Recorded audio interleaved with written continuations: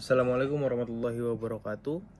Perkenalkan, nama saya Ricky Refriani Yusfa dengan NPM 2308260036 dari angkatan 2023. Pada kesempatan kali ini saya akan menjelaskan tentang miologi atau ilmu yang mempelajari tentang otot.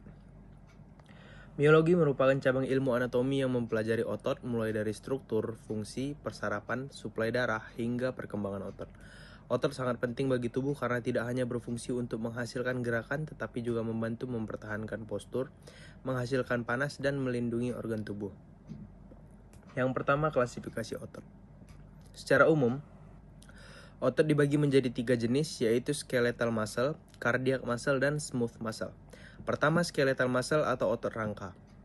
Otot ini memiliki gambaran bergaris atau disebut striated, berada di bawah kontrol sadar atau voluntary, dan umumnya melekat pada tulang. Fungsi utamanya adalah menghasilkan gerakan tubuh, membantu mempertahankan postur, serta menghasilkan panas. Kedua, cardiac muscle atau otot jantung.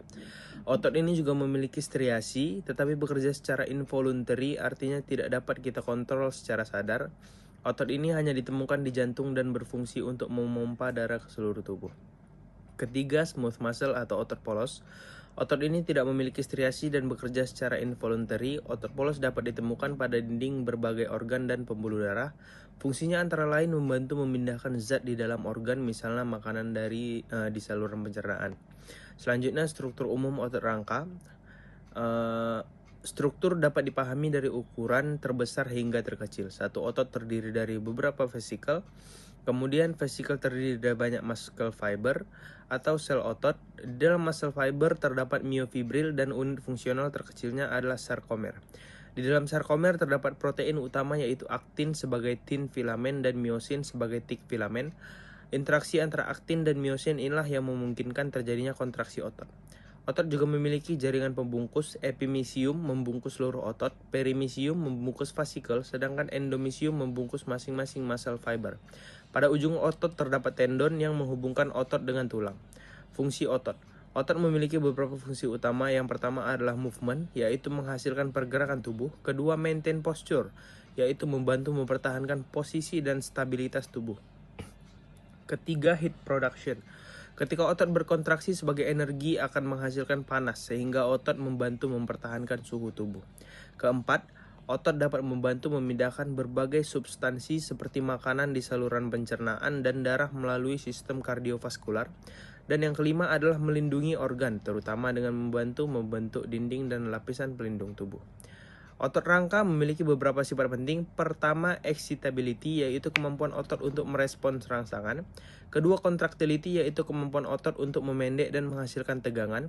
Ketiga, extensibility, yaitu kemampuan otot untuk diregangkan. Keempat, elasticity, yaitu kemampuan otot untuk kembali ke panjang semula setelah diregangkan. Terakhir, tonicity, yaitu adanya sedikit kontraksi otot secara terus-menerus, bahkan ketika tubuh sedang beristirahat. Untuk persarapan, skeletal muscle dikendalikan oleh somatic motor neurons sehingga kita dapat mengontrol gerakannya secara sadar. Sedangkan smooth muscle dan cardiac muscle terutama dikendalikan oleh autonomic nervous system sehingga aktivitasnya berlangsung secara involuntary. Otot juga membutuhkan suplai darah. Otot rangka mendapatkan darah melalui arteri muskular. Otot jantung melalui arteri koroner, sedangkan otot polos mendapatkan suplai dari arteri yang memperdarahi organ tempat otot tersebut berada. Ada beberapa jenis aksi atau kontraksi otot. Isotonic contraction terjadi ketika panjang otot berubah. Isotonic dapat berupa konsentrik, yaitu otot memendek, atau eksentrik, yaitu otot memanjang saat tetap menghasilkan tegangan. Kemudian ada isometric contraction, yaitu tegangan otot meningkat tetapi panjang otot relatif tidak berubah sehingga tidak menghasilkan gerakan. Terakhir adalah auxotonic contraction, yaitu panjang dan tegangan otot sama-sama berubah. Beberapa contoh otot utama pada tubuh adalah frontalis dan masseter pada kepala dan leher, deltoid, biceps brachii, dan triceps brachii pada ekstremitas atas. Kemudian pectoralis major, rectus abdominis, dan latissimus dorsi pada trunk.